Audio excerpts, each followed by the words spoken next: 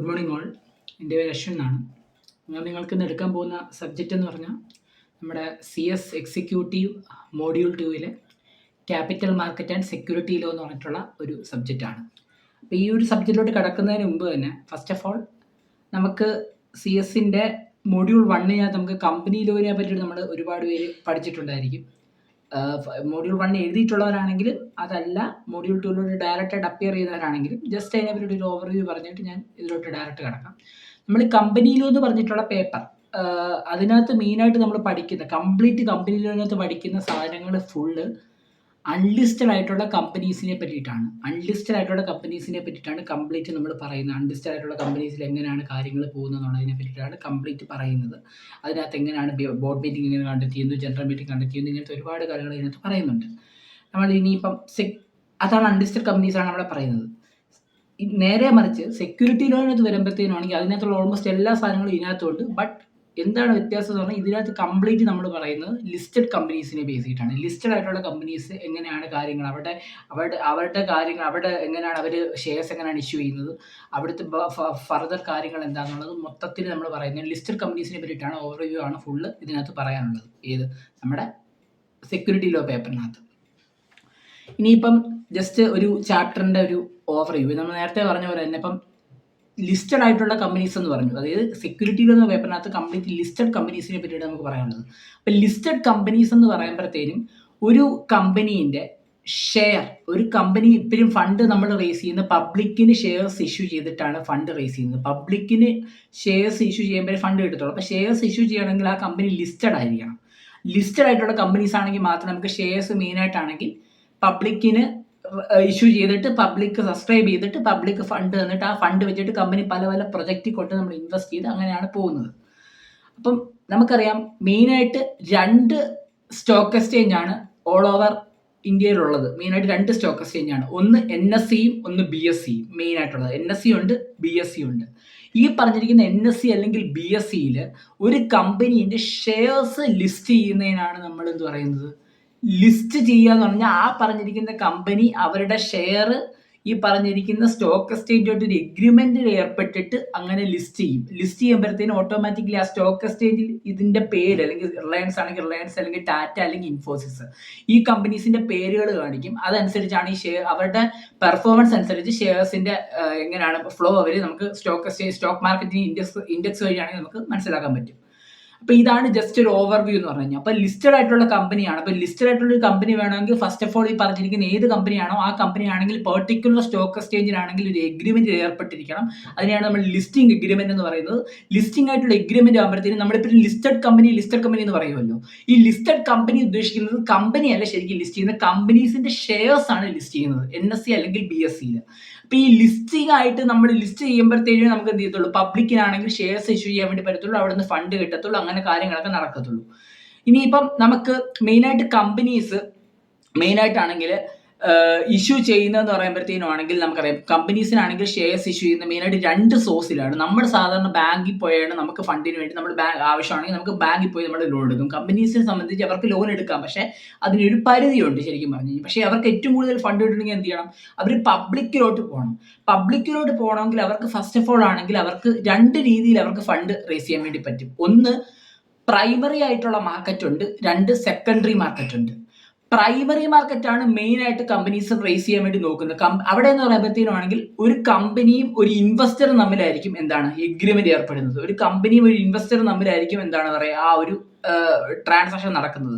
അത് ഡയറക്റ്റ് ആയിട്ട് കമ്പനീസിന്റെ കയ്യിൽ നിന്നാണെങ്കിൽ എന്ത് ചെയ്യും, ഇൻവെസ്റ്റേഴ്സിനാണെങ്കിൽ അല്ലെങ്കിൽ പബ്ലിക്കിനാണെങ്കിൽ ഡയറക്റ്റ് ആയിട്ട് എന്ത് ചെയ്യാം, ഷെയർസ് പർച്ചേസ് ചെയ്യാൻ വേണ്ടി പറ്റും. ഷെയർസ് പർച്ചേസ് ചെയ്തിട്ടാണെങ്കിൽ ആ പറഞ്ഞിരിക്കുന്ന ഷെയർസ് അത് സബ്സ്ക്രൈബ് ചെയ്യുമ്പോഴത്തേനും അവർ പൈസ കൊടുക്കുമ്പോഴത്തേനും ആ പൈസ പലയിടത്ത് ഇൻവെസ്റ്റ് ചെയ്യുന്നു. അതിൽ നിന്ന് കിട്ടുന്ന റിട്ടേൺ ആണെങ്കിൽ നേരെയാണെങ്കിൽ ഇൻവെസ്റ്റേഴ്സിന് കൊടുക്കുന്നു എന്നുള്ളതാണ് ഈ പറഞ്ഞിരിക്കുന്ന മൊത്തത്തിലുള്ള ഒരു ഓവർവ്യൂ എന്ന് പറയുന്നത്. അപ്പം ഞാൻ പറഞ്ഞു 2 രീതിയിലാണ് മാർക്കറ്റ് ഉള്ളത്. ഒന്ന് പ്രൈമറി മാർക്കറ്റ് ഉണ്ട്, ഒന്ന് സെക്കൻഡറി മാർക്കറ്റ് ഉണ്ട്. പ്രൈമറി മാർക്കറ്റ് എന്ന് പറഞ്ഞാൽ കമ്പനി ആണെങ്കിൽ ഡയറക്റ്റ് ഇൻവെസ്റ്റേഴ്സിന് ഷെയർസ് ഇഷ്യൂ ചെയ്യുന്നു വിത്തൗട്ട് ഇന്റർമീഡിയറി, മിഡിൽ മാൻ എന്ന് പറഞ്ഞ വ്യക്തിയില്ല.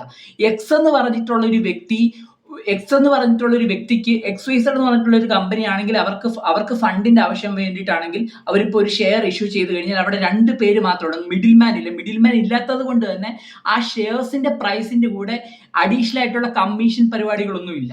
അതാണ് മെയിൻ കാര്യം. 2 മാർക്കറ്റാണ് സെക്കൻഡറി മാർക്കറ്റ് എന്ന് പറഞ്ഞാൽ. സെക്കൻഡറി മാർക്കറ്റ് എന്ന് പറഞ്ഞാൽ ഓൾറെഡി കമ്പനീസ് ഇഷ്യൂ ചെയ്തിട്ടുള്ള ഷെയർസ് ഉണ്ട്, ഫണ്ട് റേസ് ചെയ്യാൻ വേണ്ടിയിട്ട് പബ്ലിക്കിന് ഇഷ്യൂ ചെയ്തിട്ടുള്ള ഷെയർസ് ഉണ്ട്. ഈ പറഞ്ഞിരിക്കുന്ന ഷെയർസ് നമുക്ക് പബ്ലിക്കിന്റെ ഓൾറെഡി ഇഷ്യൂ ഷെയർസ് ഉണ്ട്. ഈ പറഞ്ഞിരിക്കുന്ന ഷെയർസ് ഇൻവെസ്റ്റേഴ്സ് തമ്മിൽ എന്ത് ചെയ്യുന്നുണ്ട്, ട്രാൻസാക്ഷൻ നടക്കുന്നു. ഇപ്പൊ ഫോർ എക്സാമ്പിൾ ഇപ്പം ABC എന്ന് പറഞ്ഞിട്ടുള്ള ഒരു കമ്പനിയിൽ നിന്നാണെങ്കിൽ ഞാൻ ഷെയർസ് പർച്ചേസ് ചെയ്യുകയാണ്. ഞാനാണെങ്കിൽ എന്ത് ചെയ്യുന്നു, എനിക്ക് കിട്ടിയിട്ടുള്ള ഷെയർ ഞാൻ B എന്ന് പറഞ്ഞിട്ടുള്ള എൻ്റെ വേറൊരു ഫ്രണ്ടിനാണെങ്കിൽ ഞാൻ എന്ത് ചെയ്യുന്നു, ഷെയർ വിൽക്കുകയാണ്. അപ്പൊ അവിടെ എന്ന് പറയുമ്പോൾ രണ്ട് ഇൻവെസ്റ്റേഴ്സ് തമ്മിലാണ് ഡീൽ ചെയ്യുന്നത്. അവിടെ കമ്പനി അല്ല മെയിൻ ആയിട്ട്, അവിടെ 2 ഇൻവെസ്റ്റേഴ്സ് തമ്മിലാണ് ഡീൽ ചെയ്യുന്നത്.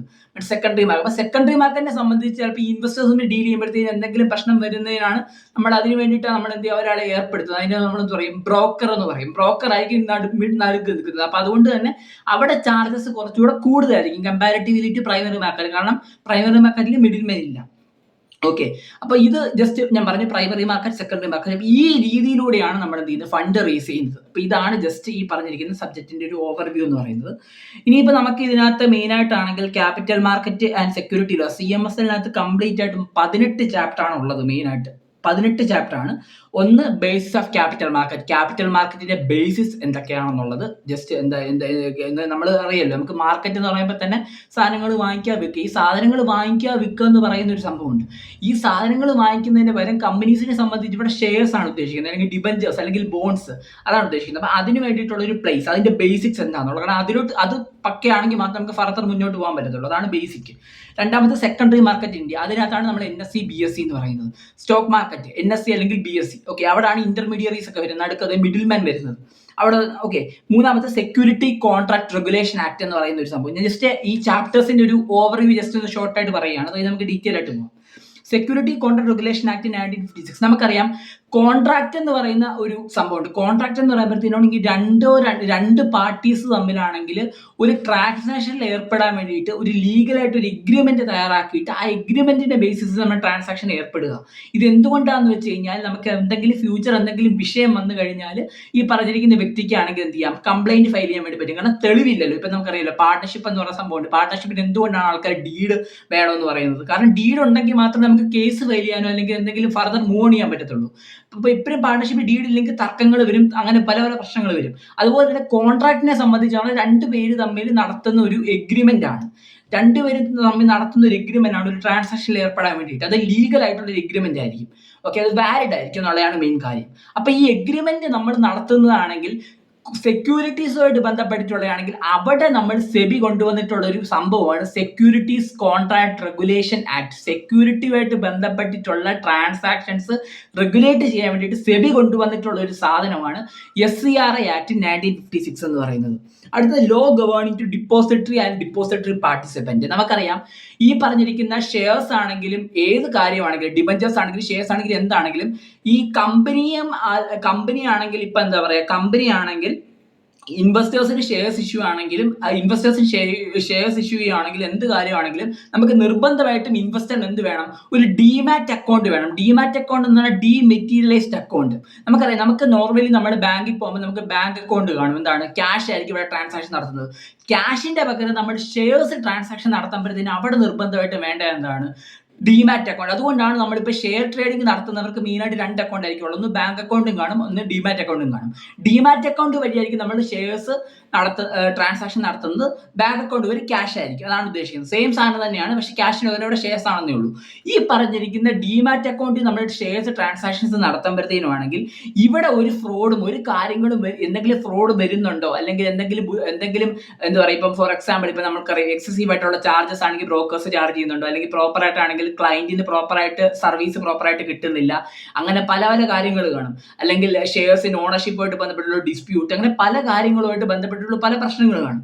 ഈ പല പ്രശ്നങ്ങളുമായിട്ട് ബന്ധപ്പെട്ടിട്ടുള്ള കാര്യങ്ങളാണെങ്കിൽ റെഗുലേറ്റ് ചെയ്യാൻ വേണ്ടിയിട്ടാണെങ്കിൽ എന്താണ്, പണ്ടാണെങ്കിൽ നമുക്ക് ഫിസിക്കൽ സർട്ടിഫിക്കറ്റ്സ് ആയിരുന്നു. കാരണം പണ്ടാണെങ്കിൽ നമ്മൾ മറ്റേ ഈ ചന്തയിൽ മറ്റേ മീൻ വിൽക്കുന്ന പോലെ ആയിരുന്നു ആൾക്കാർ. ഈ പണ്ടത്തെ സ്റ്റോക്ക് റെഗുലേറ്റർ ഒന്നും ഇല്ലാത്ത ടൈമിലുള്ള സെബിയൊക്കെ റെഗുലേറ്റ് ചെയ്യുന്നതിന് മുമ്പുള്ളൊരു സിറ്റുവേഷൻ ഉണ്ടായിരുന്നു. ആ സമയത്തൊക്കെ ആണെങ്കിൽ ഇപ്പം പണ്ട് നമ്മൾ ഈ അല്ലാതെ റെഗുലേഷൻ ഒന്നും ഇല്ലാത്തതുകൊണ്ട് തന്നെ ഭയങ്കര ബുദ്ധിമുട്ടായിരുന്നു. ആ സമയത്താണെങ്കിൽ ആരാണ് മീൻസ് ഇപ്പം ഒരു ക്ലയന്റ് ആരാണെന്നുള്ള കണ്ടുപിടിക്കാനൊക്കെ ഭയങ്കര ബുദ്ധിമുട്ടായിരുന്നു. ക്ലയന്റ് ഒരുപാട് ബ്രോക്കേഴ്സ് ഒക്കെ ഉണ്ടായിരുന്നു. അപ്പൊ അതുകൊണ്ട് ഒരു റെഗുലേറ്ററിന് വേണ്ടിയിട്ടാണ് സെബി ആണെങ്കിൽ ഡിപ്പോസിറ്ററീസ് ആക്ട് എന്ന് പറഞ്ഞ ആക്ട് കൊണ്ടുവന്നത്. എന്തിനാ സംഭവം എന്തിനാണ്?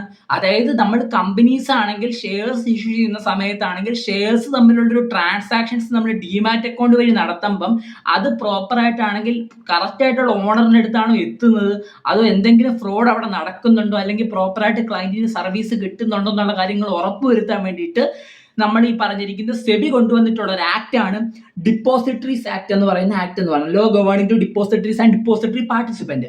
ഈ ഡിപ്പോസിറ്ററി എന്ന് പറയുമ്പോഴത്തേക്കും നമുക്കറിയാലോ, ഡിപ്പോസിറ്ററി എന്ന് പറഞ്ഞു കഴിഞ്ഞാൽ ശരിക്കും പറഞ്ഞാൽ ഒരു കമ്പനിയാണ്. ശരിക്കും പറഞ്ഞാൽ ഒരു കമ്പനി ഫോം ഓഫ് ഓർഗനൈസേഷൻ ആണ് ഡിപ്പോസിറ്ററി.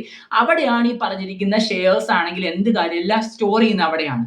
ഈ ഡിപ്പോസിറ്ററീസിന്റെ ഫംഗ്ഷൻസ് എന്ന് പറയുന്നതാണെങ്കിൽ ഡിപ്പോസിറ്ററിന്റെ ഫംഗ്ഷൻസ് ആണെങ്കിൽ ക്ലയന്റിന് വേണ്ടി നടക്കണം. ക്ലയന്റിന് ഡയറക്റ്റ് ആയിട്ട് ഡിപ്പോസിറ്ററിയായിട്ട് കോൺടാക്ട് ഇല്ല. അതിന് വേണ്ടിയിട്ട് ആ ഫംഗ്ഷൻസ് സ്മൂത്ത് ആയിട്ട് നടത്താൻ വേണ്ടിയിട്ട് നമ്മൾ സെബി തന്നെ രജിസ്റ്റേർഡ് ആയിട്ട് അപ്പോയിന്റ് ചെയ്യുന്ന ആൾക്കാരെയാണ് നമ്മൾ പറയുന്നത് ഡിപ്പോസിറ്ററി പാർട്ടിസിപ്പന്റ്. വിച്ച് മീൻസ് ഡിപ്പോസിറ്ററീസിന്റെ ഈ ഒരു ഫംഗ്ഷൻ ഷെയർസ് ട്രാൻസാക്ഷൻ ചെയ്യാൻ വേണ്ടിയിട്ട് ഡിപ്പോസിറ്ററീസിന് വേണ്ടിയിട്ടാണെങ്കിൽ അവർക്ക് ഈ പറഞ്ഞിരിക്കുന്ന സ്മൂത്ത് ഫ്ലോയിന് വേണ്ടിയിട്ടാണെങ്കിൽ നടക്കുന്ന ഒരു വ്യക്തിയാണ് ഈ പറയുന്നത് ഡിപ്പോസിറ്ററി പാർട്ടിസിപ്പന്റ് എന്ന് പറഞ്ഞു കഴിഞ്ഞാൽ. ഓക്കെ, അപ്പൊ ഈ ഡിപ്പോസിറ്ററി പാർട്ടിസിപ്പന്റ് പ്രോപ്പർ ആയിട്ട് സെബിയിൽ രജിസ്റ്റേർഡ് ആയിരിക്കണം. സെബി നമുക്ക് ഓൾറെഡി അറിയാം, സെബി എന്ന് പറയുന്നത് സ്റ്റോക്ക് മാർക്കറ്റിന്റെ റെഗുലേറ്റർ ആണ്. ആ സ്റ്റോക്ക് മാർക്കറ്റിനകത്തുള്ള റെഗുലേറ്റർ ഒരു കമ്പനി നിർബന്ധമായിട്ടാണെങ്കിൽ ലിസ്റ്റഡ് ആണെങ്കിൽ സെബിയിൽ അവർ നിർബന്ധമായിട്ട് സെബിന്റെ റൂൾസ് ആൻഡ് റെഗുലേഷൻസ് പാലിച്ചിരിക്കണം. സെബിന്റെ ആക്ട് മാത്രമല്ല കമ്പനീസ് ആക്ട് അവിടെ ആപ്ലിക്കബിൾ ആണ്. അൺലിസ്റ്റഡ് കമ്പനീസ് ആണെങ്കിൽ കമ്പനീസ് ആക്ട് മാത്രമേ ആപ്ലിക്കബിൾ ആവുന്നുള്ളൂ. ലിസ്റ്റഡ് കമ്പനീസ് ആണെങ്കിൽ both SEBI and companies act രണ്ടും ഇവിടെ എന്താണ് ആപ്ലിക്കബിൾ ആണ്. ഓക്കെ, അതാണ് നമ്മൾ law governing to depositories and depository participant. ഇത് ശരിക്കും പറഞ്ഞു കഴിഞ്ഞാൽ ഇതിനെപ്പറ്റി ഒന്നും അറിയാത്തവരായതുകൊണ്ടാണ്, ഒന്നും അറിയാത്ത ഒരുപാട് പേര് കാണും. അതുകൊണ്ടാണ് ഞാൻ ഇത്രയും ടൈം എടുത്ത് പറയുന്നത്. നെക്സ്റ്റ് പറയുന്നത് സെക്യൂരിറ്റി മാർക്കറ്റ് ഇന്റർമീഡിയറീസ്. നമ്മൾ ഓൾറെഡി പറഞ്ഞു, സെക്യൂരിറ്റി മാർക്കറ്റ് എന്ന് പറയുമ്പോഴത്തേനും ഷെയർസ്, ഡിബഞ്ചേഴ്സ്, ബോൺസ്, ഇങ്ങനെ ഒരുപാട് കാര്യങ്ങൾ കാണും. ഇതുമായിട്ട് ബന്ധപ്പെട്ടിട്ട് ഈ ഒരു കാര്യങ്ങൾ തമ്മിൽ ട്രാൻസാക്ഷൻ നടത്തുമ്പോഴത്തേനാണെങ്കിൽ ഒരു മിഡിൽ മാൻ വേണം. അതായത് സ്മൂത്ത് ഫ്ലോയിനൊക്കെ കൊണ്ടുപോകാൻ വേണ്ടിയിട്ട് ചില സമയത്ത് നമുക്ക് ഒരു മിഡിൽ മാൻ നിർബന്ധമായിട്ട് ആവശ്യമുണ്ട്. അതിനാണ് നമ്മൾ സെക്യൂരിറ്റി മാർക്കറ്റ് ഇന്റർമീഡിയറി. സെക്യൂരിറ്റി മാർക്കറ്റിനകത്തുള്ള ട്രാൻസാക്ഷൻസ് ആണെങ്കിൽ സ്മൂത്ത് ആയിട്ട് നടത്താൻ വേണ്ടിയിട്ട് ഈ പറഞ്ഞിരിക്കുന്ന ക്ലയന്റിന് വേണ്ടിയിട്ടാണെങ്കിൽ സെബിയിൽ രജിസ്റ്റേർഡ് ആയിട്ടുള്ള ആൾക്കാരെ ഇവർ നിയമിക്കും. അതിനെയാണ് നമ്മൾ ഇന്റർമീഡിയറി അല്ലെങ്കിൽ മിഡിൽ മാൻ എന്ന് പറയുന്നത്. അതിനകത്ത് ഒരാളാണ് ഡിപ്പോസിറ്ററീസ്. വേറെ ഒരുപാട് ആൾക്കാരുണ്ട്, അത് നമുക്ക് വഴിയെ പറയാം. നെക്സ്റ്റ് പറയുന്നത് എന്താണ് പറയാ, international financial service centre, IFSCA എന്ന് പറയും. International financial service centre authority എന്ന് പറയും. അതായത് IFSC എന്ന് പറയുമ്പോൾ സിമ്പിൾ ആയിട്ട് ഇത്രേ ഉള്ളൂ. അതായത് നമ്മൾ എന്താ പറയുക, ഇപ്പം നമുക്ക് തൽക്കാലത്തേക്ക് ഞാൻ ഷോർട്ട് ആയിട്ട് പറഞ്ഞ ഒരു സ്പെഷ്യൽ എക്കണോമിക് സോണിന്റെ ഒരു ഏരിയ പോലത്തെ ഒരു സംഭവമാണ് എന്ത് IFSC എന്ന് പറഞ്ഞു കഴിഞ്ഞാൽ. ഒരു സ്പെഷ്യൽ എക്കണോമിക് സോൺ പോലത്തെ ഒരു ഡിഫറെന്റ് ആയിട്ടുള്ള അവർക്ക് അവരുടെ ആയിട്ടുള്ള റൂൾസ് ആൻഡ് റെഗുലേഷൻസ് പരിപാടികളൊക്കെ ഉണ്ട്. നമ്മൾ ഇവിടുത്തെ ബാങ്ക്സ് എല്ലാം ഇവരുടെ നിയമങ്ങളൊക്കെ പാലിക്കണം. അതായത് ഒരു എന്താ പറയുക, ഒരു SEZ ഏരിയ പോലത്തെ ഉള്ള ഒരു ഏരിയയാണ്. ഓക്കെ, അപ്പൊ അവിടെ ഈ IFSC എന്ന് പറയുമ്പോഴത്തേക്ക് ഇവർക്ക് ഒരുപാട് ബെനിഫിറ്റ്, ടാക്സ് എക്സെപ്ഷൻ ഉണ്ട്, ഒരുപാട് ടാക്സ് റിലീഫ് ഒക്കെ കിട്ടുന്നുണ്ട്. SEZ കിട്ടുന്ന ഓൾമോസ്റ്റ് എല്ലാ സാധനങ്ങളും IFSCക്കും കിട്ടാറുണ്ട്. അതാണ് ഒരു ഡിഫറെന്റ് ഒരു ബാങ്ക് പോലത്തെ ഒരു സംഭവമാണ്. പക്ഷേ ഇവിടെ ആണെങ്കിൽ RBI അല്ല ഇവരെ റെഗുലേറ്റ് ചെയ്യുന്നത്. ഇവർക്ക് ഇവിടെ ആയിട്ടുള്ള റെഗുലേഷൻസും കാര്യങ്ങളൊക്കെ ഉണ്ട്. ഓക്കെ, ഇവർ പറയുന്നത് RBI പാലിക്കേണ്ട സിറ്റുവേഷൻസ് ഒക്കെ ഉണ്ട് മെയിൻ ആയിട്ട് പറയുകയാണെങ്കിൽ. അതാണ് IFSC, international financial services provide ചെയ്യുന്ന സെന്റേഴ്സ്, IFSC എന്ന് പറയുന്നത്. അതൊരു സ്പെഷ്യൽ എക്കണോമിക് സോൺ ആണ്. ബേസിക്കലി ബിസിനസ് ഒക്കെ നടത്തുന്ന സമയത്ത് മെയിൻ ആയിട്ടാണെങ്കിൽ എക്സ്പോർട്സ് അല്ലെങ്കിൽ സെസ്സുമായിട്ട് ബന്ധപ്പെട്ട ബിസിനസ് നടത്തുമ്പോഴത്തേക്ക് നിർബന്ധമായിട്ടുള്ള IFSC എന്തായാലും കാണും. അതാണ് ഇതിന്റെ ഒരു ഓവർവ്യൂ എന്ന് പറഞ്ഞു കഴിഞ്ഞാൽ. ഇതാണ് പാർട്ട് 1. പാർട്ട് 1 മൊത്തം 7 ചാപ്റ്റേഴ്സ് ഉണ്ട്. ഓക്കെ, നെക്സ്റ്റ് ഇനി പറയാൻ പോകുന്നത് പാർട്ട് 2 ആണ്, സെക്യൂരിറ്റി ലോസ്. സെക്യൂരിറ്റി ലോസിനകത്ത് ICDR ആണ് ആദ്യം പറയുന്നത്, issue of capital and disclosure requirements. ICDR എന്ന് പറയുന്ന ഒരു റെഗുലേഷൻ ആണ്. ഇതെന്ന് പറഞ്ഞു കഴിഞ്ഞാൽ സംഭവം ഇത്രേ ഉള്ളൂ. ഒരു കമ്പനി ആണെങ്കിൽ എന്താ പറയാ, ആദ്യമായിട്ട് ഫസ്റ്റ് ടൈം ആണെങ്കിൽ പബ്ലിക്കിന് വേണ്ടിയിട്ട് ഷെയർസ് ഇഷ്യൂ ചെയ്യുന്ന ടൈമിൽ കമ്പനി പാലിക്കേണ്ട റെഗുലേഷൻ ആണെന്ത് ഈ പറഞ്ഞിരിക്കുന്ന ICDR റെഗുലേഷൻ എന്ന് പറഞ്ഞാൽ issue of capital and disclosure requirements എന്ന് പറയുന്ന റെഗുലേഷൻ എന്ന് പറഞ്ഞാൽ ICDR നിർബന്ധമായിട്ട് നമ്മൾ പാലിക്കണം. അതായത് ഒരു കമ്പനി ആദ്യമായിട്ട് ഷെയർസ് ആണെങ്കിൽ പബ്ലിക്കിന് ഫസ്റ്റ് ടൈം ഇഷ്യൂ ചെയ്യുന്ന സമയത്ത് അല്ലെങ്കിൽ IPOയുടെ ടൈമിൽ, ഇനിഷ്യൽ പബ്ലിക് ഓഫറിംഗ്, ആദ്യമായിട്ടാണെങ്കിൽ കമ്പനീന്റെ ഷെയർ പബ്ലിക്കിന് ഓഫർ ചെയ്യുക, അത് പബ്ലിക്കിന് കൊടുക്കുക, പബ്ലിക് സബ്സ്ക്രൈബ് ചെയ്യുക, എന്നിട്ട് പബ്ലിക് ആ ഷെയർസിന്റെ പ്രൈസ് തരിക. ആ പ്രൈസ് വെച്ചിട്ടാണെങ്കിൽ കമ്പനി പലയിടത്ത് ഇൻവെസ്റ്റ് ചെയ്യുക, എന്നിട്ട് അതിൽ നിന്ന് കിട്ടുന്ന റിട്ടേൺ ആണെങ്കിൽ എന്ത് ചെയ്യുക, ഷെയർ ഹോൾഡേഴ്സിന് കൊടുക്കുക അല്ലെങ്കിൽ പബ്ലിക്കിന് കൊടുക്കുക. ഇതാണ് അതിന്റെ ഒരു ഓവർവ്യൂ എന്ന് പറയുന്നത്, ICDR റെഗുലേഷൻസ്. ഓക്കെ, നെക്സ്റ്റ് പറയുന്നതെന്ന് പറയുമ്പോഴത്തേനാണെങ്കിൽ share based employee benefits and sweat equity. നമുക്കറിയാം സ്വെറ്റ് ഇക്വിറ്റി എന്ന് പറഞ്ഞാൽ എന്താണ്? ഒരു വ്യക്തി അവന്റെ അധ്വാനം കൊണ്ട് അല്ലെങ്കിൽ അവന്റെ ഒരു വേർപ്പാണ് സ്വെറ്റ് ഇക്വിറ്റി. ഒരാളിപ്പോൾ ഒരു എക്സാമ്പിൾ പറയുവാണെങ്കിൽ, നമുക്കിപ്പോൾ ഒരു കമ്പനി, ഇപ്പൊ റിലയൻസിലെ മെയിൻ ആളെന്ന് പറഞ്ഞു കഴിഞ്ഞാൽ മുകേഷ് അംബാനിയാണ്. മുകേഷ് അംബാനി എന്ന് പറഞ്ഞാൽ രാവും പകലും കഷ്ടപ്പെട്ടാണ്, നമുക്ക് ആ ഒരു ക്രെഡിബിലിറ്റി ഉണ്ട്. റിലയൻസിൽ ഒരു വ്യക്തി ഇൻവെസ്റ്റ് ചെയ്യുമ്പോൾ എന്താണ്, ഇപ്പൊ മുകേഷ് അംബാനി എന്ന് പറഞ്ഞിട്ടുള്ള ഒരു വ്യക്തിയുടെ ക്രെഡിബിലിറ്റി ബേസ് ചെയ്തിട്ടാണ് നമ്മൾ എന്ത് ചെയ്യുന്നത്, നമ്മൾ അവിടെ കൊണ്ട് ഷെയർസ് ഇൻവെസ്റ്റ് ചെയ്യുന്നത്. അപ്പം ആ ഒരു ക്രെഡിബിലിറ്റി ഉണ്ടല്ലോ. അപ്പം ആ പറഞ്ഞിരിക്കുന്ന മുകേഷ് അംബാനി ഇത്രയും രാവും പകരം നടക്കുന്നത് കൊണ്ട് തന്നെ മുകേഷ് അംബാനിക്ക് അങ്ങനെ ചെയ്യാൻ വേണ്ടിയിട്ട് എന്തെങ്കിലും ഒരു മോട്ടിവേഷൻ വേണമല്ലോ. ചുമ്മാ നമ്മൾ രാവും പകലും ഒരു കമ്പനി വർക്ക് ചെയ്തു എന്ന് പറഞ്ഞിട്ട് നമുക്കൊന്നും കിട്ടിയില്ലെങ്കിൽ നമ്മൾ പിന്നെ നിൽക്കില്ല. അതുമാത്രമല്ല, ആ കമ്പനിയിൽ വർക്ക് ചെയ്യുന്ന എംപ്ലോയീസ് തമ്മിൽ നല്ലൊരു എന്താ പറയുക, ഒരു പ്രോപ്പറായിട്ട് ഒരു കോർപ്പറേറ്റ് ഗവേണൻസ്, അല്ലെങ്കിൽ ഒരു നല്ല രീതിയിലുള്ള ഒരു ബന്ധം ആ ഒരു കമ്പനിക്കകത്ത് നിർബന്ധമായിട്ടും എംപ്ലോയീസ് തമ്മിൽ വേണം. അതൊരു കാര്യം ഇല്ലെങ്കിൽ ഓട്ടോമാറ്റിക്കലി എംപ്ലോയീസ് ആണ് കമ്പനീസിനെ മൊത്തത്തിൽ റൺ ചെയ്യുന്നത്. എംപ്ലോയീസിനാണെങ്കിൽ പ്രോപ്പറായിട്ട് അവിടുത്തെ വർക്ക് കൾച്ചർ, അല്ലെങ്കിൽ അവർക്ക് സ്ട്രെസ്ഡ് ഔട്ട് ആയിട്ട് തോന്നിക്കഴിഞ്ഞാൽ അവരെന്ത് ചെയ്യത്തില്ല, കമ്പനി നിൽക്കത്തില്ല. അപ്പൊ അത് കമ്പനിയുടെ ക്രെഡിബിലിറ്റിനെ അത് ബാധിക്കും. അപ്പൊ അതുകൊണ്ട് തന്നെ മാക്സിമം ആണെങ്കിൽ എന്ത് ചെയ്യുക, ഇങ്ങനെ നന്നായിട്ട് വർക്ക് ചെയ്യുന്ന രാവും പകലും ഒരു കമ്പനിയിൽ വർക്ക് ചെയ്യുന്ന എംപ്ലോയീസിന് വേണ്ടിയിട്ട് അവർ തരുന്ന കോൺട്രിബ്യൂഷനെ ബേസ് ചെയ്തിട്ടാണെങ്കിൽ അവർക്ക് എന്ത് ചെയ്യുക, അവർക്ക് ഷെയർസ് കൊടുക്കുക.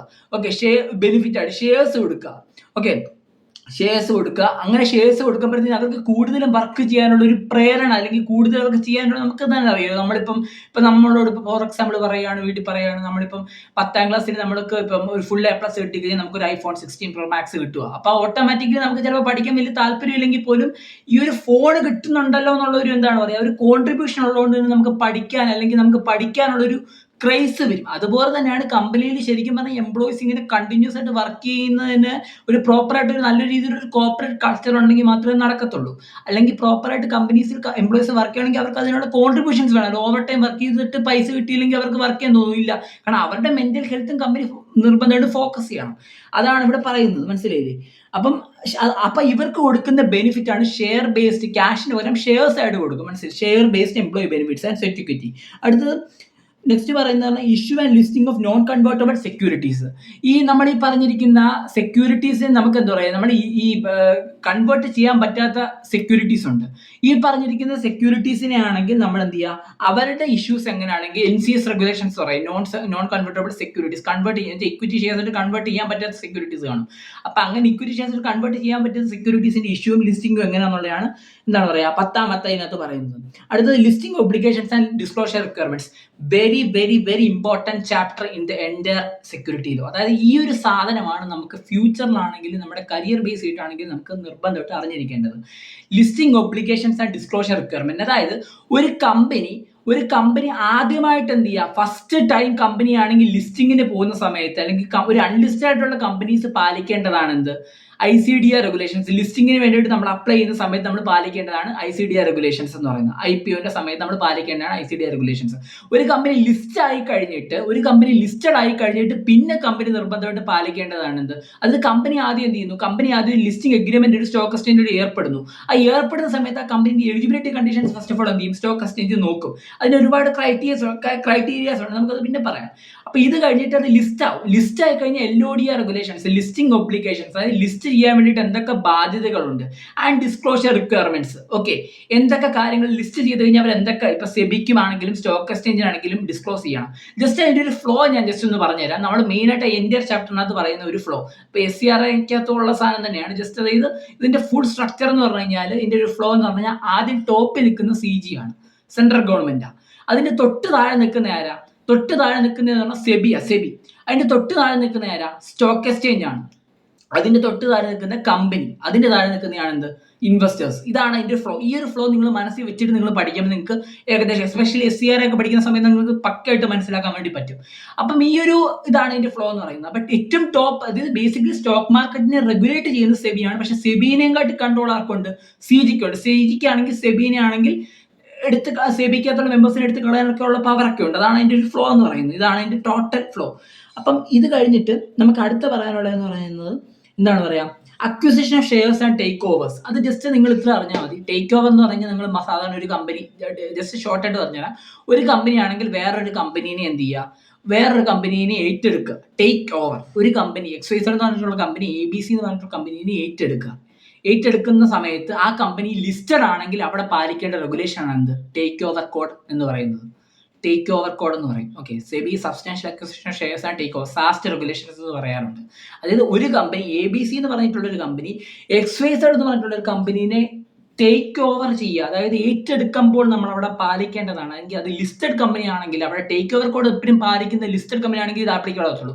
ലിസ്റ്റഡ് കമ്പനി ആണെങ്കിൽ അവിടെ പാലിക്കേണ്ടതാണ് SEBI substantial acquisition of shares and take over code regulations എന്ന് പറയുന്നത്. ഓക്കെ, ഇനി അടുത്ത പറയുന്നതെന്ന് പറഞ്ഞു കഴിഞ്ഞാൽ prohibition of insider trading. Simple കാര്യമാണ്. അതായത് ഒരു കമ്പനി, ഒരു ലിസ്റ്റഡ് ആയിട്ടുള്ള ഒരു കമ്പനി, ഇപ്പൊ റിലയൻസ് എന്ന് പറയുന്ന ഒരു കമ്പനി, അല്ലെങ്കിൽ ടാറ്റ എന്ന് പറഞ്ഞിട്ടുള്ള ഒരു കമ്പനി, ഈ ടാറ്റ എന്ന് പറഞ്ഞിട്ടുള്ള ഒരു കമ്പനിയിൽ ഞാനാണെങ്കിൽ ആരാണ്? ഞാൻ ആ കമ്പനി വർക്ക് ചെയ്യുന്ന ഒരു എംപ്ലോയി ആണെന്നിരിക്കുക. ഞാൻ ആ കമ്പനി വർക്ക് ചെയ്യുന്ന ഒരു എംപ്ലോയി ആണ്. ആ പറഞ്ഞിരിക്കുന്ന കമ്പനീന്റെ ഷെയർസ് കാണുമല്ലോ, കാരണം കമ്പനി ഇപ്പോഴും ഫണ്ട് റൈസിന് ഷെയർസ് ഇഷ്യൂ ചെയ്തിട്ടായിരിക്കുമല്ലോ. അപ്പൊ കമ്പനീസിന്റെ ആണെങ്കിൽ ഇന്റേണൽ ആയിട്ടുള്ള കാര്യങ്ങളെ പറ്റി എന്തായാലും എനിക്ക് നല്ല ബോധ്യമുണ്ട്. അപ്പൊ ഞാൻ എന്ത് ചെയ്യും? ഞാനാണെങ്കിൽ ഇതുപോലെ പറയുകയാണ്, ഞാനിപ്പോൾ എൻ്റെ ഒരു വീട്ടിൽ എൻ്റെ കൂട്ടുകാരനോട് പറയുകയാണ്, എൻ്റെ കൂട്ടുകാരനോട് എടാ നമ്മുടെ കമ്പനിക്ക് പറഞ്ഞിരിക്കുന്ന കമ്പനി ആണെങ്കിൽ, കമ്പനിയുടെ ഷെയർസ് ആണെങ്കിൽ ഫ്യൂച്ചറിൽ ഇൻക്രീസ് ചെയ്യാനുള്ള ചാൻസ് ഉണ്ട്, അപ്പൊ അതുകൊണ്ട് നീ അതനുസരിച്ച് ചെയ്താൽ മതി. ഇങ്ങനെ നമുക്ക് വേണമെങ്കിൽ അത് കമ്പനിക്ക് അകത്തുള്ള കോൺഫിഡൻഷ്യൽ ആയിട്ടുള്ള ഇൻഫോർമേഷൻസ്, കമ്പനീന്റെ പ്രൈസ് എപ്പോഴാണ് കൂടുന്നത് അല്ലെങ്കിൽ എപ്പോൾ കുറയുന്നു എന്നുള്ളത് കമ്പനിക്ക് അകത്തുള്ള എനിക്ക് പെട്ടെന്ന് ഈസിലി ആക്സബിൾ ആണ്. എനിക്ക് ഈസിലി ആക്സബിൾ. ഇൻസൈഡർ, ഒരു കമ്പനിക്ക് അകത്തുള്ള വ്യക്തി, ഇൻസൈഡർ ആയിട്ടുള്ള ഒരു വ്യക്തി, ആ കമ്പനി ലിസ്റ്റഡ് കമ്പനി ആണെങ്കിൽ ആ കമ്പനിക്ക് അകത്തുള്ള വ്യക്തി ആ കമ്പനീന്റെ ഷെയർസ് തന്നെ ട്രേഡ് ചെയ്യുകയോ അതല്ലെങ്കിൽ കമ്പനീന്റെ ഈ പറഞ്ഞിരിക്കുന്ന കോൺഫിഡൻഷ്യൽ ആയിട്ടുള്ള ഇൻഫോർമേഷൻസ് പുറത്തുള്ള ആരോടോ പറയുകയോ ചെയ്തു കഴിഞ്ഞാൽ, അത് പിടിക്കപ്പെട്ട് കഴിഞ്ഞാൽ അത് സിവിയർ ആയിട്ടുള്ള പണിഷ്മെന്റ് ആയിരിക്കും ശരിക്കും പറഞ്ഞു കഴിഞ്ഞാൽ. അപ്പൊ ഈ പറഞ്ഞിരിക്കുന്ന കാര്യങ്ങൾ പ്രൊഹിബിറ്റ് ചെയ്യാൻ, അതായത് എന്താ, തടയാൻ ഈ പറഞ്ഞിരിക്കുന്ന സെബി കൊണ്ടുവന്നിട്ടുള്ള റെഗുലേഷനെയാണ് നമ്മൾ എന്ത് പറയുന്നത്? Prohibition of insider trading. Insider ട്രേഡിങ്ങിനെ പ്രൊഹിബിറ്റ് ചെയ്യുക. എന്തുകൊണ്ടാണ് ഇങ്ങനെ ചെയ്യുമ്പോഴത്തേനുള്ള പ്രശ്നം എന്താണെന്ന് പറഞ്ഞിട്ട് പബ്ലിക്കിനെ അത് ബാധിക്കും. ഇപ്പൊ ഫോർ എക്സാമ്പിൾ, ഇപ്പൊ ഒരു കമ്പനിക്കകത്താണെങ്കിൽ, ഇപ്പൊ ഫോർ എക്സാമ്പിൾ കമ്പനിക്കകത്ത് എം ഡി തട്ടിപ്പോയി കഴിഞ്ഞാൽ ഓട്ടോമാറ്റിക്കലി കമ്പനീനെ സംബന്ധിച്ച് MD എന്ന് പറഞ്ഞാൽ it's a main key manager person, അതുപോലത്തുള്ള മെയിൻ ആയിട്ടുള്ള ഒരു വ്യക്തിയാണ്. അപ്പൊ അങ്ങനത്തെ ഒരു വ്യക്തി തട്ടിപ്പോയ കാര്യമാണെങ്കിൽ പുറത്ത് വിടാത്തൊരു കാര്യം, കമ്പനി പുറത്ത് വിട്ടിട്ടില്ല ഈ കാര്യം. അതിനു മുമ്പ് കമ്പനിക്കകത്തുള്ള ഏതെങ്കിലും ഒരു വ്യക്തിയാണെങ്കിൽ ഒരു തേർഡ് പാർട്ടീൻ്റെ അടുത്ത് പറഞ്ഞു, ഈ കാര്യമാണെങ്കിൽ ഇത് പബ്ലിസിറ്റി ആയി, അവസാനം ഇങ്ങനെയാണെന്നുള്ള പിടിക്കപ്പെട്ടു. അങ്ങനെ ചെയ്തു കഴിഞ്ഞാൽ അവിടെ വിഷയമാണ്. അതാണ് ഇവിടുത്തെ എന്താ പറയുക, നമ്മുടെ ഈ prohibition of fraud insider trading എന്ന് പറയുന്ന ഈ ഒരു സാധനം അവിടെയാണ് വരുന്നത്. മനസ്സിലായില്ലേ? അപ്പൊ അതുകൊണ്ട് ഭയങ്കര പ്രശ്നമാണ്. കാരണം ഷെയർസിന്റെ പ്രൈസിനെ അത് ബാധിക്കും. ഇൻസൈഡർ ട്രേഡിംഗ് നടക്കുന്ന സമയത്ത് ഷെയർസിന്റെ പ്രൈസിനെ അത് ബാധിക്കും. പബ്ലിക്കിന് അറിയുന്നതിന് മുമ്പ് കമ്പനിക്കകത്തുള്ള വ്യക്തി ഇതൊരു തേർഡ് പാർട്ടിക്ക് പറഞ്ഞു കൊടുത്തു കഴിഞ്ഞാൽ ഓട്ടോമാറ്റിക്കലി ആ തേർഡ് പാർട്ടി ആണെങ്കിൽ ട്രേഡ് നടത്തി കഴിഞ്ഞാൽ ആ കമ്പനിക്ക് ലോസോ പ്രോഫിറ്റോ എനിത്തിങ് ക്യാൻ ഹാപ്പൻ. ഇത് രണ്ട് വന്നാലും എന്താണ്, കമ്പനിയിൽ അത് ലോസ്, ഇപ്പം ഇവൻ ഇത് നടത്തിയിട്ട് ലോസ് വന്നാലും പ്രോഫിറ്റ് വന്നാലും രണ്ടാണെങ്കിലും ഷെയർസിന്റെ പ്രൈസിനെ അത് ബാധിക്കും. ഷെയർസിന്റെ പ്രൈസിനെ അത് ബാധിക്കുന്നത് കൊണ്ട് തന്നെ പബ്ലിക്കിന്റെ ഇൻട്രസ്റ്റ് ആണ്. സെബിന്റെ മെയിൻ പർപ്പസ് എന്താണ്? സ്റ്റോക്ക് മാർക്കറ്റ് കൊണ്ടുവരാൻ. കാരണം നേരത്തെ ട്രേഡ് നടത്തുകൊണ്ടിരുന്ന സമയത്ത് ഒരുപാട് എക്സസീവ് ആയിട്ടുള്ള കമ്മീഷൻസ് ചാർജ് ചെയ്യുന്നു, പ്രോപ്പറായിട്ട് ഒരു റെഗുലേറ്റർ ഇല്ലായിരുന്നു, ഫ്രോഡ് നന്നായിട്ട് കൂടി വന്നു. ഇങ്ങനെ കൂടി വന്ന സമയത്താണ് ഒരു റെഗുലേറ്റർ ഈ പറഞ്ഞിരിക്കുന്ന സ്റ്റോക്ക് മാർക്കറ്റിന് വേണം എന്ന് തോന്നിയത്. അങ്ങനെയാണ് സെബി വരുന്നത്. ഈ സെബി വരുന്ന സമയത്താണെങ്കിൽ ഇങ്ങനെ ഒരുപാട് റെഗുലേഷൻസ് അവർ കൊണ്ടുവരികയാണ്. ലിസ്റ്റഡ് കമ്പനിയാണ്, അപ്പൊ അവർക്ക് കമ്പനീസ് ആക്ടും സെബിന്റെ ആക്ടും നിർബന്ധമായിട്ടും പാലിക്കണം. അപ്പൊ അതാണ് ഈ പറഞ്ഞിരിക്കുന്ന എന്താണ് പറയാ, ഈ ഒരു ഇൻസൈഡർ ട്രേഡിംഗ് തടയാൻ വേണ്ടിയിട്ട് കൊണ്ടുവന്നിട്ടുള്ളതാണ് പിറ്റ് റെഗുലേഷൻസ് എന്ന് പറയാം, prohibition of insider trading regulation. അടുത്തത് ഡീലിസ്റ്റിംഗ് ഓഫ് ഇക്വിറ്റി ഷെയർസ്, അല്ലെങ്കിൽ delisting of equity shares. Delisting എന്താ പറയുകയാണെങ്കിൽ ഞാൻ ഓൾറെഡി പറഞ്ഞു. ലിസ്റ്റിംഗ് എന്താ നിങ്ങൾക്കറിയാം. അതായത് ഒരു കമ്പനി, ആ കമ്പനീസിന്റെ ഷെയർസ് NSE അല്ലെങ്കിൽ BSE ലിസ്റ്റ് ചെയ്യാൻ വേണ്ടിയിട്ട് കമ്പനി എന്ത് ചെയ്യും? സ്റ്റോക്ക് എക്സ്ചേഞ്ചുമായിട്ട് ഒരു എഗ്രിമെന്റ് ഏർപ്പെടും. ആ എഗ്രിമെന്റിനെയാണ് നമ്മൾ പറയുന്നത് ലിസ്റ്റിംഗ് എഗ്രിമെന്റ് എന്ന് പറയും. ഒരു കമ്പനി ആണെങ്കിൽ എന്നോട് പറയും, ഒരു കമ്പനി ആണെങ്കിൽ ആ കമ്പനീന്റെ ഷെയർസ്, കമ്പനീന്റെ ഷെയർസ്, കാരണം കമ്പനീന്റെ ഷെയർസ് ലിസ്റ്റ് ചെയ്താൽ മാത്രമേ കമ്പനിക്ക് പബ്ലിക്കിലോട്ട് എന്ത് ചെയ്യാൻ പറ്റത്തുള്ളൂ, പബ്ലിക്കിന്റെ അടുത്തു നിന്ന് ഫണ്ട് റേസ് ചെയ്യാൻ വേണ്ടി പറ്റത്തുള്ളൂ. ലിസ്റ്റ് ചെയ്യാത്ത കമ്പനിക്കാണെങ്കിൽ ചെയ്യാൻ വേണ്ടി പറ്റത്തില്ല. അതിന് കുറച്ച് എക്സെപ്ഷൻസ് ഒക്കെ ഉണ്ട്, ഞാൻ പിന്നെ പറഞ്ഞുതരാം. അപ്പം ഇതാണ് എൻ്റെ ഒരു ബേസിക് ആയിട്ടുള്ള ഒരു ഐഡിയ. അപ്പൊ ഇങ്ങനെ ലിസ്റ്റ് ചെയ്യുന്ന സമയത്ത് ഒരു ലിസ്റ്റിംഗ് എഗ്രിമെന്റിൽ നമ്മൾ ഏർപ്പെടുന്നു. ശരിക്കും കമ്പനിയല്ല, കമ്പനീൻ്റെ ഷെയർസ് ആണ് ലിസ്റ്റ് ചെയ്യുന്നത്. ലിസ്റ്റ് ചെയ്യുന്ന സമയത്ത് ഒരു ലിസ്റ്റിംഗ് എഗ്രിമെൻറ്റിൽ ഏർപ്പെടുന്നു. എഗ്രിമെൻറ്റിൽ ഏർപ്പെട്ടിട്ടാണെങ്കിൽ എന്താണ് പറയുക, ഈ പറഞ്ഞിരിക്കുന്ന സ്റ്റോക്ക് എക്സ്ചേഞ്ച് ലിസ്റ്റ് ചെയ്യുന്ന സമയത്ത് നമ്മൾ എന്ത് ചെയ്യുക, ഫസ്റ്റ് ലിസ്റ്റ് ചെയ്യുന്നതിന് മുമ്പ് നമ്മൾ ആദ്യം പാലിക്കേണ്ട ICDR റെഗുലേഷൻസ് ആണ്. ലിസ്റ്റ് ചെയ്തതിന് ശേഷം നമ്മൾ പാലിക്കുന്നത് LODR റെഗുലേഷൻസ് ആണ്. ഈ ലിസ്റ്റ് ചെയ്തിട്ടുള്ള കമ്പനി പ്രോപ്പറായിട്ട് listing obligations and disclosure requirements, അല്ലെങ്കിൽ ഇത് പ്രോപ്പറായിട്ട് ലിസ്റ്റിംഗ് ഫീസ് കൊടുക്കുന്നില്ല, പ്രോപ്പറായിട്ട് റിട്ടേൺസ് ഫയൽ ചെയ്യുന്നില്ല, പ്രോപ്പറായിട്ടാണെങ്കിൽ എന്ത് ചെയ്യുന്നത്, ഇൻവെസ്റ്റേഴ്സ് ഇൻട്രസ്റ്റിനെ പ്രൊട്ടക്ട് ചെയ്യുന്നില്ല, പ്രോപ്പറായിട്ട് സെബിക്ക് പ്രോപ്പറായിട്ട് റെസ്പോൺസ് കൊടുക്കുന്നില്ല, stock exchange rules and regulations പാലിക്കുന്നില്ല, ഇങ്ങനെ പല പല കാര്യങ്ങളും കാണാം. ഇങ്ങനത്തെ പല വിഷയങ്ങൾ വരുമ്പോഴത്തേനും സെബി അവിടെ ഇടപെടും. കാരണം സെബിന്റെ പർപ്പസ് എന്താ, ഇൻവെസ്റ്റേഴ്സിന് ഇൻട്രസ്റ്റിനെ പ്രൊട്ടക്ട് ചെയ്യുക എന്നുള്ളതാണ്. കാരണം അങ്ങനെ ഒരു ലിസ്റ്റഡ് ആയിട്ടുള്ള കമ്പനി ആണെങ്കിൽ ലിസ്റ്റഡ് കമ്പനി എന്ന് പറയുമ്പോഴത്തേന് പബ്ലിക്കിന്റെ പൈസയാണ്, അത് കമ്പനിയുടെ മാത്രം പൈസയല്ല, പബ്ലിക്കിന്റെ പൈസയാണ്. അപ്പൊ അതിനെന്തെങ്കിലും പറ്റിക്കഴിഞ്ഞാൽ പബ്ലിക്കിന് അത് ലോസ് ആണ്. അപ്പൊ സെബി അങ്ങനെ സമ്മതിക്കത്തില്ല. അപ്പൊ ഇങ്ങനത്തെ പ്രോപ്പറായിട്ട് ഈ ലിസ്റ്റിംഗ് എഗ്രിമെന്റ്സ് പാലിച്ചിട്ടില്ല, ഫ്യൂച്ചർ ആകുമ്പോഴത്തേന് ഒരുപാട് ബാധ്യതകളുണ്ട്. കംപ്ലൈൻസ് ഇവർക്ക് ലിസ്റ്റ് ആയി കഴിഞ്ഞാൽ പാലിക്കേണ്ടതുണ്ട്. മീൻസ് നോർമൽ അൺലിസ്റ്റഡ് കമ്പനി പോലെയല്ല. അപ്പൊ ഈ പറഞ്ഞിരിക്കുന്ന ലിസ്റ്റഡ് ആയിട്ടുള്ള കമ്പനി ആണെങ്കിൽ പ്രോപ്പറായിട്ട് കംപ്ലൈൻസ് പാലിച്ചിട്ടെങ്കിൽ സെബിക്ക് എന്ത് ചെയ്യാം, ഈ പറഞ്ഞിരിക്കുന്ന ഷെയർസിനെ ആണെങ്കിൽ ഇവിടെ നിന്ന് എടുത്തു കളയാൻ വേണ്ടി പറ്റും. ഓക്കെ, സെബിക്ക് എടുത്ത് കളയാൻ വേണ്ടി പറ്റും. ഈ എടുത്ത് കളയുന്നതിനാണ്, ഇതൊക്കെ എടുത്തു കളഞ്ഞാൽ എന്താ, എടുത്തു കളഞ്ഞു കഴിഞ്ഞാൽ കമ്പനി, ഈ പറഞ്ഞിരിക്കുന്ന കമ്പനിക്കാണെങ്കിൽ പബ്ലിക്കിന് ഫണ്ട് റേസ് ചെയ്യാനുള്ള റൈറ്റ് അങ്ങ് പോകും. റൈറ്റ് പോയി കഴിഞ്ഞാൽ ആ എടുത്ത് കളയുന്നതിനെയാണ് നമ്മൾ എന്ത് പറയുന്നത്, ഡീലിസ്റ്റിംഗ് എന്ന് പറയുന്നത്. ആ ഡീലിസ്റ്റ് ചെയ്യുന്നത് ഷെയർസ് ആയിരിക്കും മെയിനായിട്ട്. അപ്പം അതിനെയാണ് ഡീലിസ്റ്റിംഗ് ഓഫ് ഇക്വിറ്റി ഷെയർസ് എന്ന് പറഞ്ഞാൽ. മനസ്സിലായില്ലേ? ലിസ്റ്റഡ് ആയിട്ടുള്ള ഒരു കമ്പനി പ്രോപ്പറായിട്ട് ലിസ്റ്റിംഗ് ഒബ്ലിഗേഷൻസോ അല്ലെങ്കിൽ പ്രോപ്പറായിട്ട് കംപ്ലൈൻസ് ഒന്നും പാലിച്ചിട്ടില്ല, സെബി പറയുന്ന നിയമങ്ങളൊന്നും പാലിക്കുന്നില്ല, സ്റ്റോക്ക് എക്സ്ചേഞ്ച് പറയുന്ന കാര്യങ്ങളൊന്നും പാലിക്കുന്നില്ല, ഇങ്ങനെ പബ്ലിക്കിൻ്റെ ഇൻട്രസ്റ്റിന് എഗനസ്റ്റ് ആയിട്ടാണ് വർക്ക് ചെയ്യുന്നത്, അങ്ങനെ പല പല കാര്യങ്ങളാണെന്ന് കണ്ടു കഴിഞ്ഞാൽ സെബിക്ക് എന്ത് ചെയ്യാം, ഇവരെ എടുത്ത് കളയാം. ഇങ്ങനെ എടുത്ത് കളയുന്നതിനാണ് നമ്മൾ എന്ത് പറയുന്നത്, ഡീലിസ്റ്റിംഗ് ഓഫ് ഇക്വിറ്റി ഷെയർസ് എന്ന് പറഞ്ഞാൽ. അടുത്തത് പറയുന്നത് ബൈബാക്ക് ഓഫ് സെക്യൂരിറ്റീസ് ആണ്. ബൈബാക്ക് ഓഫ് സെക്യൂരിറ്റീസ് എന്ന് പറഞ്ഞാൽ എന്താണ്, ബൈബാക്ക് എന്ന് പറഞ്ഞാൽ കമ്പനി ഇഷ്യൂ ചെയ്തിട്ടുള്ള ഷെയർസ് തന്നെ കമ്പനി തിരിച്ച് വാങ്ങിക്കുന്നതാണ് എന്ത് പറയുന്നത്, ബൈബാക്ക്. മനസ്സിലായില്ലേ? അതായത് ഇപ്പോൾ ഒരു കമ്പനിക്ക്, കാരണം ഫോർ എക്സാമ്പിൾ ആണെങ്കിൽ ഒരു കമ്പനിക്ക് ആണെങ്കിൽ ഇപ്പം ആവശ്യം എന്ന് പറഞ്ഞാൽ ഒരു 100 കോടി ഫണ്ടാന്ന് വിചാരിക്കുക. കമ്പനിക്ക് ആവശ്യം 100 കോടി ഫണ്ടാന്ന് വിചാരിക്കുക. കമ്പനിക്കാണെങ്കിൽ അപ്പം കമ്പനി എന്ത് ചെയ്തു, പബ്ലിക്കിനെ ഇതുപോലെ വിളിച്ചു, നിങ്ങൾ പബ്ലിക്കിനെ അറിയിച്ചു, ഇതാണ് ഞങ്ങളുടെ ഈ പറഞ്ഞിരിക്കുന്ന കമ്പനി ആണെങ്കിൽ ഞങ്ങൾക്ക് ഫണ്ട് 100 കോടിൻ്റെ ആവശ്യമുണ്ടെന്ന് പറഞ്ഞ് പബ്ലിക്കിനെ അറിയിച്ചു. ഈ പറഞ്ഞിരിക്കുന്ന കമ്പനി ഇപ്പം റിലയൻസ്, ടാറ്റ, ഇൻഫോസിസ് പോലത്തുള്ള കമ്പനി ആണെങ്കിൽ എന്തായാലും ഇവർക്ക് ഫണ്ട് കിട്ടാൻ വലിയ ബുദ്ധിമുട്ടില്ല. കാരണം ഇത്രയും ക്രെഡിബിലിറ്റി ഉള്ള ഒരു കമ്പനിയാണ്. ബുദ്ധിമുട്ടുള്ള കമ്പനീസ് ഒന്നും അല്ല. ഇപ്പോൾ ടാറ്റ ആണെങ്കിലും ഇൻഫോസിസ് ആണെങ്കിലും റിലയൻസ് ആണെങ്കിലും ഏത് കമ്പനി ആണെങ്കിലും ലിസ്റ്റഡ് കമ്പനീസ് ഇതൊക്കെ. അപ്പോൾ ഇവർക്ക് ഓട്ടോമാറ്റിക്കലി ഒരു ക്രെഡിബിലിറ്റി ഉണ്ട് ആ കമ്പനിക്ക്. അപ്പോൾ അതുകൊണ്ട് തന്നെ ഇവർക്ക് ഫണ്ട് റേസ് ചെയ്യുക എന്ന് പറഞ്ഞാൽ ഇവർക്ക് വലിയ ബുദ്ധിമുട്ടുള്ള കാര്യമല്ല. അപ്പം 100 കോടി ഇവർ ഫണ്ട് 100 കോടി വേണമെന്ന് പറഞ്ഞാൽ അവർക്ക് ഷെയർസ് ഇവർക്ക് വേണമെന്ന് പറഞ്ഞിട്ട് ഇവരെന്ത് ചെയ്തു, ഇവർ പബ്ലിക്കിനോട് പറഞ്ഞു. പക്ഷെ പബ്ലിക് എന്ത് ചെയ്തു, പബ്ലിക് ഫണ്ട് തന്ന സമയത്താണെങ്കിൽ എക്സസീവായി, ഇവർക്ക് വിചാരിച്ചതിനെക്കാട്ടി എക്സസ് ആയിട്ടുള്ള ഫണ്ട് വന്നു. ഈ എക്സസ് ആയിട്ടുള്ള ഫണ്ട് വരുമ്പോഴത്തേനാണെങ്കിൽ കമ്പനിയെ സംബന്ധിച്ച് കമ്പനിയുടെ ടാർഗറ്റിനെ അത് അച്ചീവ് ചെയ്തത്. കാരണം കമ്പനി എന്തെങ്കിലും ഒരു ഒബ്ജക്റ്റീവ് അല്ലെങ്കിൽ എന്തെങ്കിലും ഒരു പർപ്പസിനായിരിക്കും എന്ത് ചെയ്യുന്നത്, ഫണ്ട് റേസ് ചെയ്യുന്നത്. അപ്പം വിചാരിക്കുന്നതിനെക്കാട്ടി കൂടുതൽ ഫണ്ട് വന്നു കഴിഞ്ഞാൽ കമ്പനിക്ക് ഇത് എക്സസീവ്, കാരണം കമ്പനിക്ക് അത്രയും കൂടുതൽ ഡിവിഡൻഡ് കൊടുക്കണം, അങ്ങനെ കുറച്ച് വിചാരിച്ചതിനെക്കാട്ടി കൂടുതൽ പൈസ കൊടുക്കേണ്ടി വരും. ഷെയർ ഹോൾഡേഴ്സിനാണെങ്കിലും ബാക്കിയുള്ളവർക്ക് കൊടുക്കേണ്ടി വരും. അപ്പം അതുകൊണ്ട് ഇങ്ങനത്തെ ഒരു വിഷയം വരുമ്പോഴത്തേനും ആണെങ്കിൽ, ഇങ്ങനെ ഒരു കമ്പനി ഇങ്ങനെ ചെയ്യുന്ന സമയത്താണെങ്കിൽ ഈ ഒരു കാര്യമാണെങ്കിൽ മെയിനായിട്ട് വരുന്ന സമയം ഇതിനെയാണ് നമ്മൾ എന്ത് ചെയ്യുന്നത്, ബൈബാക്ക് എന്ന് പറയുന്നത്. എക്സസീവ് ആയിട്ടുള്ള കമ്പനീസ് ആണ്, എക്സസീവ് ആയിട്ടുള്ള ഷെയർസ് കമ്പനീസ് എക്സസീവ് ആയിട്ടുള്ള ഷെയർസ് ആണെങ്കിൽ കമ്പനി ആണെങ്കിൽ പബ്ലിക്കിന് ഇഷ്യൂ ചെയ്യുന്ന സമയത്ത് എന്താ പറയുക, കമ്പനി ഇഷ്യൂ ചെയ്യുന്ന സമയത്താണെങ്കിൽ അവിടെ നമ്മൾ പാലിക്കുന്നതാണ് ബൈബാക്ക് എന്ന് പറഞ്ഞാൽ. ഒന്നുകൂടെ വ്യക്തമായിട്ട് പറഞ്ഞാൽ ബൈബാക്ക് എന്ന് പറഞ്ഞു കഴിഞ്ഞാൽ കമ്പനി തന്നെ ഇഷ്യൂ ചെയ്തിട്ടുള്ള ഷെയർസ് എന്താ, റീപർച്ചേസിംഗ് ഓഫ് സെക്യൂരിറ്റീസ് എന്ന് പറയും. കമ്പനി തന്നെ ഇഷ്യൂ ചെയ്തിട്ടുള്ള ഷെയർസ് തിരിച്ചു വാങ്ങിക്കുന്നു. എന്തുകൊണ്ടാണ്? കാരണം കമ്പനിക്ക് അത്രേൻ്റെ ആവശ്യമില്ല. ഇപ്പം 100 കോടിയാണ് കമ്പനിക്ക് ആവശ്യം. കമ്പനിക്ക് പക്ഷേ പബ്ലിക്കിൻ്റെ കിട്ടിയത് 200 കോടിയാണ്. 200 കോടീൻ്റെ ഇത് വന്നു. അപ്പം 200 കോടീൻ്റെ ഇത് വന്നപ്പോഴത്തേന് ഓട്ടോമാറ്റിക് 100 കോടി എക്സസീവ് അല്ലേ. ഇപ്പം 100 കോടി കൂടുന്നതനുസരിച്ച് കമ്പനിക്ക് അത്രയും വിചാരിച്ചതിനെക്കാട്ടി കൂടുതൽ പൈസ കമ്പനിക്കാണെങ്കിൽ എന്ത് ചെയ്യണം, പറഞ്ഞിരിക്കുന്ന ബാക്കിയുള്ള അവിടുത്തെ ഷെയർ ഹോൾഡേഴ്സിന് ഇവർക്കെല്ലാം കൊടുക്കണമല്ലോ. കാരണം ഇവർക്കൊരു ഒബ്ജക്റ്റീവ് പർപ്പസിന് വേണ്ടിയിട്ടായിരിക്കുമല്ലോ ഇവർ ഈ പറഞ്ഞിരിക്കുന്ന ഫണ്ട് യൂസ് ചെയ്തത്. അപ്പോൾ എക്സസീവായിട്ട് ഫണ്ട് വന്ന് കിടക്കും. അപ്പോൾ അത് ബൈബാക്ക് എന്ന് പറഞ്ഞ ഒരു കമ്പനിയെ സംബന്ധിച്ച് പ്രോപ്പറായിട്ട് അത് നടന്നില്ലെങ്കിൽ അത് കമ്പനിയെ സംബന്ധിച്ച് ഒരു ഡിസഡ്വാൻറ്റേജാണ് ശരിക്കും പറഞ്ഞു കഴിഞ്ഞാൽ. ഇപ്പോൾ ടോപ്പ് ആയിട്ടുള്ള കമ്പനീസിനാണ് ഏറ്റവും കൂടുതലും ബൈബാക്ക് നടക്കുന്നത്. കാരണം അവർക്കൊരു റെപ്യൂട്ടഡ് ആയിട്ടുള്ള ഒരു കമ്പനിയാണ്, ആൾക്കാർ പെട്ടെന്ന് ഫണ്ട് തരും. അവർ വിചാരിക്കുന്നതിനെ കൂടുതൽ ഫണ്ട് നമുക്ക് നന്നായിട്ട് കിട്ടും. കാരണം ഡബിൾ, ട്രിപ്പിൾ ഇരട്ടിയൊക്കെ കിട്ടാനുണ്ട്. അപ്പോൾ അവിടെ നമ്മൾ അവിടെ ഈ പറഞ്ഞിരിക്കുന്ന കമ്പനി അൺലിസ്റ്റഡ് കമ്പനീസ് ആണെങ്കിൽ അവിടെ കമ്പനീസ് ആക്ട് വരും. ഈ പറഞ്ഞിരിക്കുന്ന കമ്പനി ലിസ്റ്റഡ് കമ്പനീസ് ആണെങ്കിൽ നമ്മൾ അവിടെ പാലിക്കുന്നതാണ്.